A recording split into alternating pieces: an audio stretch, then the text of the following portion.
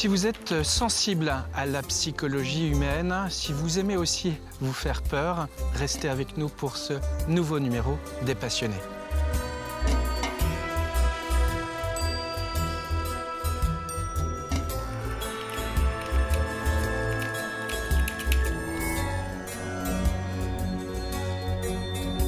Qui es-tu, Angelina ? C'est une bonne question. Qui suis-je? Je suis née à Luçon. J'ai passé toute mon enfance et mon adolescence à Luçon, toute ma scolarité en fait, avant de partir pour faire mes études, au départ des études de biologie. J'ai une licence de génétique que j'ai faite à Paris.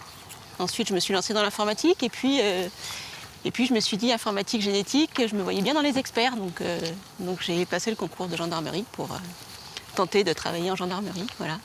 Et puis la vie a fait que je n'ai pas pu aller au bout de cette formation. Donc après, j'ai fait plusieurs métiers avant de me consacrer à la psychothérapie et désormais à l'écriture. Et puis à côté de ça, j'ai deux passions qui sont la photographie et la moto. La photographie et la moto. Oui, c'est ça. Alors ici, nous sommes au Manille-Régnier, donc près de Luçon, là où tu habites avec ta famille. Si nous sommes venus à ta rencontre ici, c'est parce que toi, tu es passionné par la psychologie criminelle. Mais d'abord, c'est la psychologie humaine qui t'intéresse, et ça depuis finalement très longtemps, je crois. Oui, c'est un intérêt qui est arrivé très tôt. En fait, dès mon enfance, je me suis sentie très différente des autres. Ah bon? Donc, différente dans le sens où j'avais l'impression que les autres avaient les codes, avaient les clés de compréhension de notre monde, et moi pas du tout. J'avais la sensation qu'on m'avait jeté là et qu'on avait oublié de me donner le mode d'emploi. Et du coup, ça se traduisait par un comportement très introverti, une personnalité très solitaire. Et j'ai commencé à prendre beaucoup de recul et à observer les gens, à observer les relations humaines. Donc ça a commencé comme ça, et ce besoin de comprendre pour calmer ma peur, en fait, parce que j'avais peur de l'autre. Donc j'avais très mal à l'aise en groupe, beaucoup de mal à nouer des relations. Donc ça a commencé comme ça, et puis à l'âge adulte, forcément, j'ai fait cette formation de psychothérapeute. Et là, j'ai commencé à trouver les clés de compréhension de moi-même et du monde qui nous entoure. À 10 ans, il y a eu un déclic pour toi. Tu visionnes un film qui t'a beaucoup marqué. Et là, ça a été à nouveau pour toi l'occasion de recherche un peu plus pointue sur l'humain, finalement. Oui, complètement. C'était le film Terminator. Ouais. Terminator, je l'ai vu à 10 ans, et dans ma tête de petite fille, c'était pas un cyborg, c'était pas un robot. Pour moi, c'était un humain. Un humain qui était capable de tuer de sang-froid, sans raison particulière, à part le fait d'éliminer Sarah Connor. Et en plus, un criminel qui ne pouvait pas être ni puni ni tué, puisqu'il était immortel. Voilà, c'était un robot, mais pour moi, c'était un humain.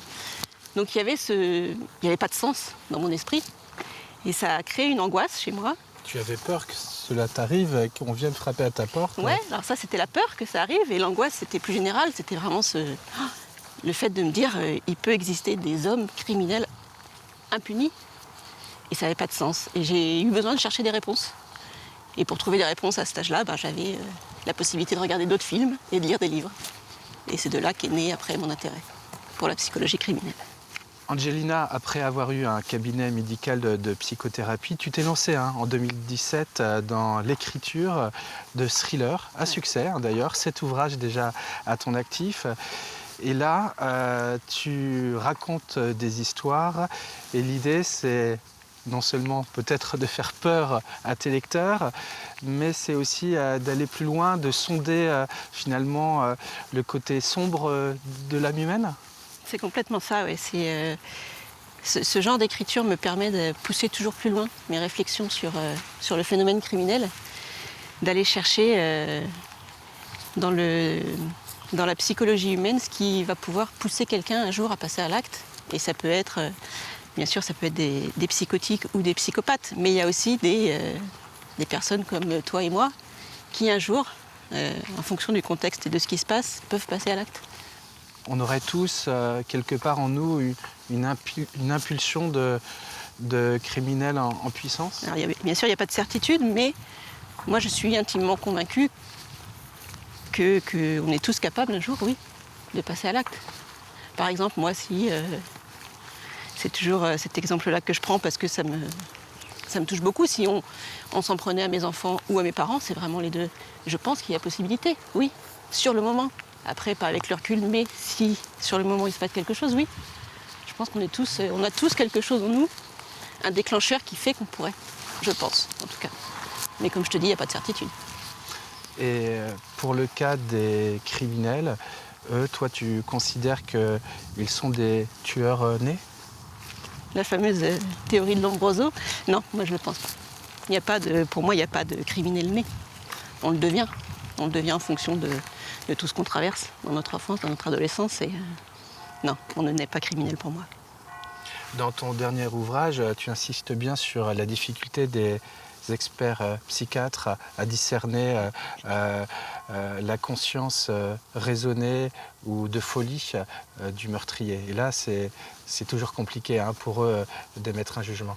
C'est une tâche très complexe, oui, parce qu'ils doivent statuer sur le discernement d'une personne qui est passée à l'acte, mais à deux temporalités complètement différentes. Donc ils sont face à la personne qui a commis cet acte, mais comment savoir si, au moment du passage à l'acte, cette personne-là avait tout son discernement ou non. Et le problème, c'est que les conséquences sont quand même très importantes, puisque s'il y a abolition du discernement, il n'y a pas de responsabilité pénale, donc pas de procès. Et concernant les victimes, on peut se mettre à leur place et c'est quand même une grosse difficulté.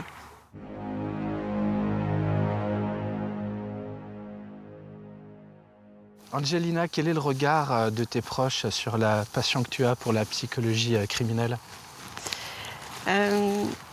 Alors je dirais que quand j'ai passé mon concours de gendarmerie, mes proches étaient inquiets pour moi, parce que voilà, c'est un métier à risque et ils avaient une certaine inquiétude, c'est ça. Mais là, ma passion pour la psychologie criminelle les intéresse, du coup. Ils savent que de mon côté, c'est pas une passion fascination, c'est pas une fascination pour le morbide. C'est vraiment une volonté de comprendre et de chercher toujours plus loin. Donc ils ont un regard plutôt positif et du coup, ils sont eux aussi très intéressés. Ils me questionnent beaucoup sur ce sujet-là. Voilà, après, il y a... On peut rire avec mon mari quand il lit mes romans et qu'il me dit je m'endormirai plus jamais avant toi, par exemple, parce que du coup tu me fais peur. Ton mari est gendarme. Hein. Ouais, c'est ça. Tu pousses tellement loin dans la psychologie criminelle que tu me fais peur. Mais voilà, c'est pour rire. Mais non, ils ont un regard très positif sur cette passion.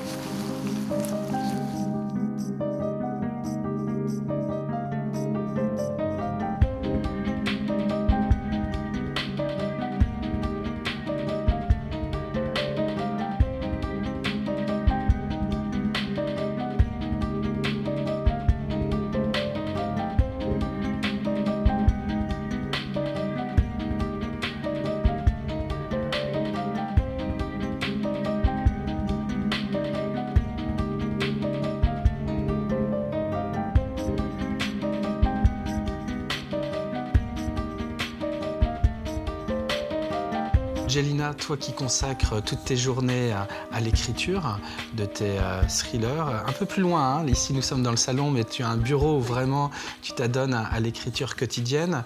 Comment on s'inspire pour ce type d'écriture, à l'image par exemple de ce dernier livre, Mémoire d'un expert psychiatre? On s'inspire de la vraie vie, des faits divers ou des films ou d'autres livres que tu as lus? C'est un mélange de tout ça peut-être? Ouais, c'est un mélange de tout ça. Alors forcément, les faits divers et la réalité sont ma plus grande source d'inspiration. Il suffit d'allumer la télé ou de regarder les journaux pour... Ça dépasse parfois la fiction? Très souvent d'ailleurs, ouais. Quand on me dit tu vas loin dans tes bouquins, en fait je vais moins loin dans mes bouquins que dans la réalité. Donc c'est vrai que c'est une bonne source d'inspiration. Au niveau des films qui m'ont beaucoup inspiré, il y a eu Psychose d'Hitchcock, forcément, avec le dédoublement de la personnalité. Donc là, on est vraiment sur la maladie psychique, donc c'est un film qui m'a beaucoup parlé.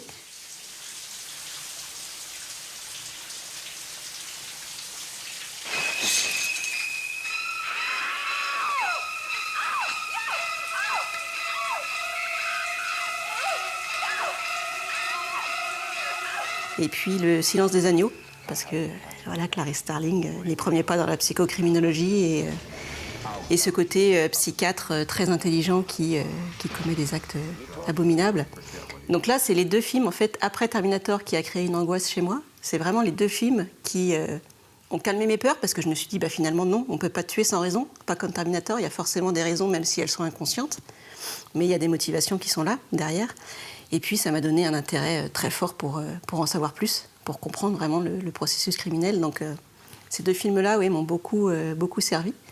Et puis, il y a aussi le roman d'Émile Zola, La bête humaine, dans lequel, en fait, le personnage principal est en conflit permanent avec lui-même, entre ses forces, sa pulsion meurtrière, et puis son juge intérieur qui l'interdit au départ de passer à l'acte.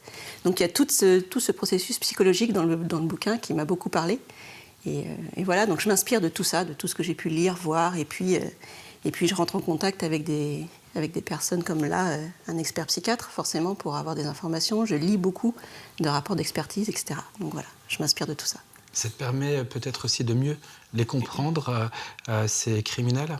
Oui, c'est le but, en tout cas. C'est vraiment le but de mes écrits, c'est de comprendre le cheminement psychologique qui fait, qui les amène un jour à passer à l'acte. Donc c'est un cheminement qui peut parfois durer toute une vie, mais qui finissent par passer à l'acte. Et puis il n'y a pas qu'un profil, en fait, de criminel. Non, chaque criminel est unique, je pense. Ouais. Toi, dans ta vie au quotidien, tu aimes te faire peur, tu es aventureuse. J'adore ça. Pas qu'à moto, mais... J'adore ça, je suis très peureuse et en même temps j'adore ça. Donc j'adore les escape games qui font peur, pas les simples escape games où il faut trouver la sortie, mais il faut qu'il y ait quelque chose qui me fasse frissonner. J'aime beaucoup l'intensité émotionnelle, donc oui, j'aime ça. Et je pense que c'est une façon d'extérioriser cette angoisse de la mort qu'on a tous, donc en sécurité, avec un cadre. Donc c'est se faire peur, mais en sécurité. Merci beaucoup, Angelina, de nous avoir fait partager cette passion que tu as pour la psychologie criminelle. Merci de nous avoir reçus chez toi. Nous étions ici au Magny-Régnier, près de Luçon. Nous, on se retrouvera bien évidemment pour une prochaine émission des Passionnés, et ce sera toujours sur TV Vendée.